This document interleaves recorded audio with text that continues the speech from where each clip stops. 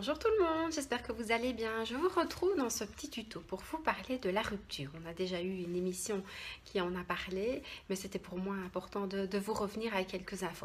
Alors, pourquoi est-ce qu'une rupture arrive? Une rupture arrive parce qu'il y a dysfonctionnement dans le couple, parce que l'un des deux, voire tous les deux, ne sont plus heureux dans le couple, parce qu'ils n'ont pas suffisamment investi le couple ou ils se sont désinvestis du couple, parce qu'il y a un manque de communication ou une communication pas correcte, en tout cas pas constructive et pas productive. Pourquoi est-ce qu'il y a une rupture? Il y a rupture parce que on est découragé, parce que nos piliers de vie ne sont pas respectés. Ce sont tous des signes qui peuvent amener effectivement à la rupture. Peut-on faire marche arrière lorsqu'on est face à une rupture, lorsqu'on a rompu?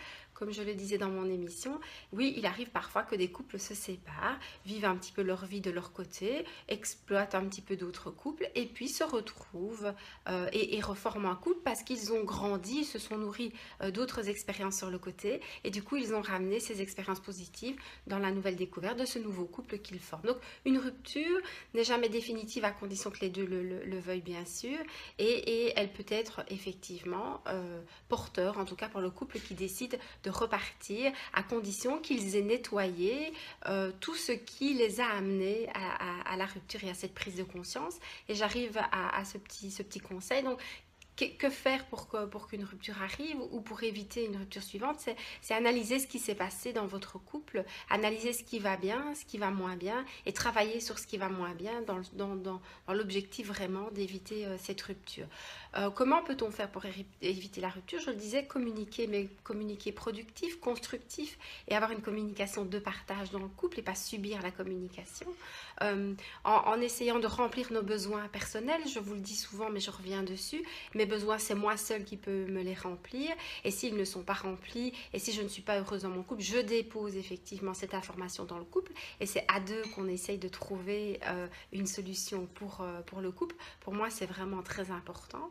Comment éviter la rupture? En parlant, en communiquant, en ayant votre vie à vous, vos activités, à la fois séparées et à la fois des activités communes, en ne vous oubliant pas, en n'étouffant pas l'autre dans le couple. Donc laissez-lui suffisamment de liberté, ayez confiance en lui, c'est super important. Ça vous permettra de grandir effectivement.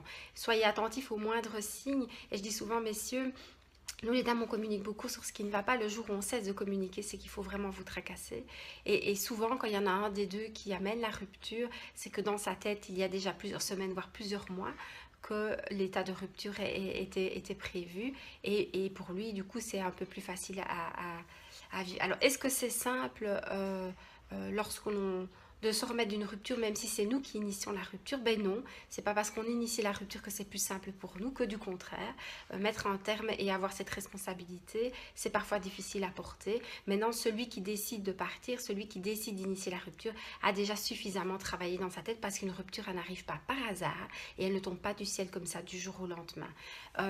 Combien de temps mettons pour se remettre d'une rupture? C'est fluctuant d'une personne à l'autre. Il y a des personnes qui très vite recréent du lien social, qui très vite arrivent à dépasser la rupture, rentrent dans de nouvelles relations parce qu'effectivement elles ont les piliers de vie dont je vous parle souvent qui sont respectés et ça aide en tout cas à dépasser une rupture.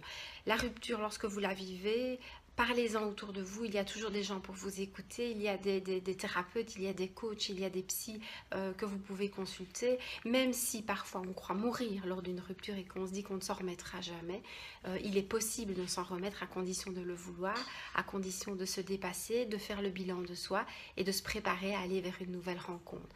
Voilà ces petits conseils sur la rupture, quoi que vous fassiez, d'ici que je vous retrouve, essayez d'être le plus heureux possible dans vos vies et dites-vous bien qu'une rupture c'est la fin de quelque chose qui annonce le début d'une autre belle histoire peut-être. En tout cas je vous la souhaite. Je vous embrasse et je vous redis à bientôt.